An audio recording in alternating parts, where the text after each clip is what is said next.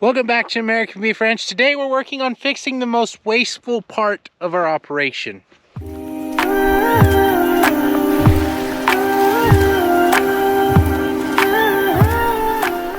So welcome back to the channel. You know, if you don't know, please like, subscribe, comment, check out links in the description. And if you've been here or not been here, I appreciate all the new subscribers. Anyway, we brought the Polaris General 1004, because it's a 4-seater, up to the top of the hill, or what we call the top of the hill. We're in one of our hay fields. Now, we call it the top of the hill, but it's also called number 4 in my mind because I like to number things, and everybody else gets all uppity about numbering things. So I'm numbering things. The top of the hill. It's what? It's called top of the hill. It's number 4, if anybody's asking. Anyway, we're working on fixing one of the most wasteful part of our operations. And this is wasteful in several different ways. Don't marry a farmer.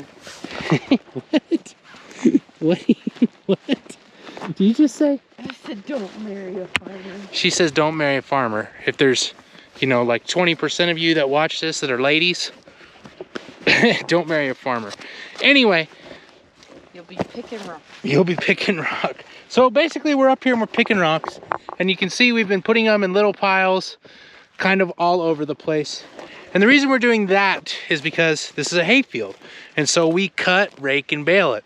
And anytime the disc mower runs over the top of the ground, or the baler goes over the top around with its tines and hits a rock, has a chance to dull the knives, break a pickup tine on the baler, so then those pieces of equipment are not operating as good as they should be, and then it's costing us more money in maintenance. So that's one reason that we're up here picking rocks. The other reason is that we've been getting rain lately, and the ground is just soft enough that we can get rocks out easily, or more easily than we normally would. So that's one reason. Another reason is we've been scouting. So we have nice hay field here, but we're also watering rocks and rocks and more rocks. So what we plan on doing is when this dries out a little bit, we're gonna come in here and we're gonna hopefully take out most of these rocky outcroppings so that wherever our pivots are irrigating, because we're in irrigation country here, we're able to irrigate more efficiently. So that's, you know, another thing. We're scouting these to see what we need to do so that we know what we need, what tools we need, what pieces of equipment we need, and how we're gonna accomplish that. So I guess you just come along as we pick rock, and then we can talk more about other reasons why. Aren't you just so excited to be married to a farmer?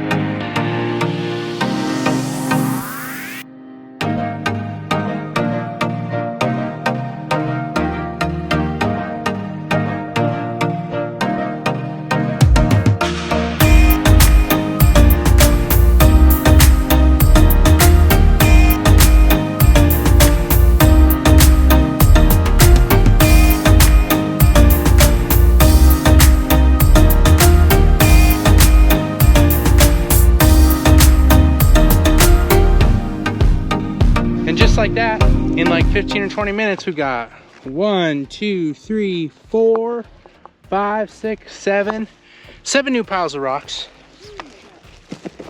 And you know, there's always more, but that's that many less rocks that we have to worry about wear and tear on machines now.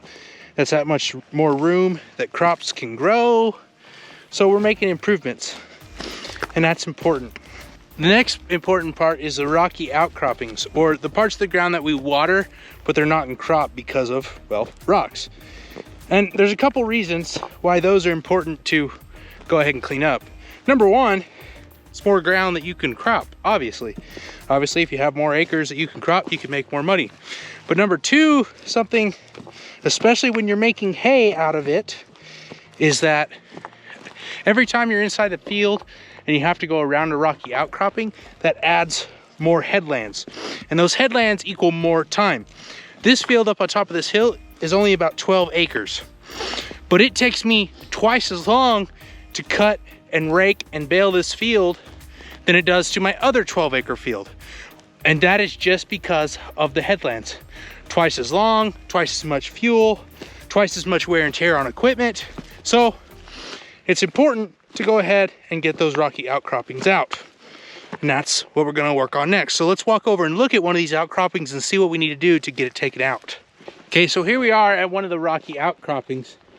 And don't mind the pivot parts over here, but a lot of this is just rocks up on top of the ground, native grass, and then we have this. And this is basically just a hard rock cap that runs all the way through this one. And a lot of these are a combination of rocks on top and then a rock cap. We are up on top of the hills. There's not much soil here. So what this will do is, we'll come in here, we'll clean off all the rocks on top, as many of the loose rocks that we can, and then we will begin to cover all of this with dirt, hopefully about 2 feet of dirt. What that allows us to do is that'll allow us to crop this whole area, including other areas like that one there, parts of that one there.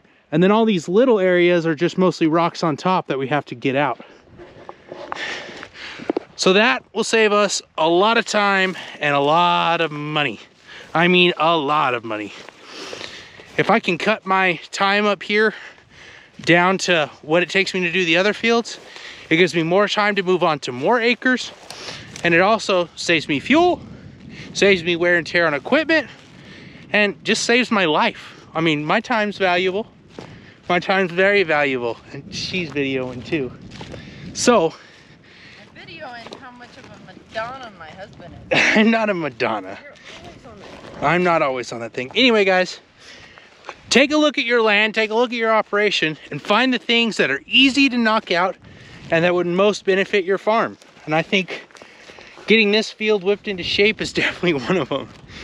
Thanks for watching. We'll see you next time on American Beef Ranch. She's such a crap. Look at her. Such a turd.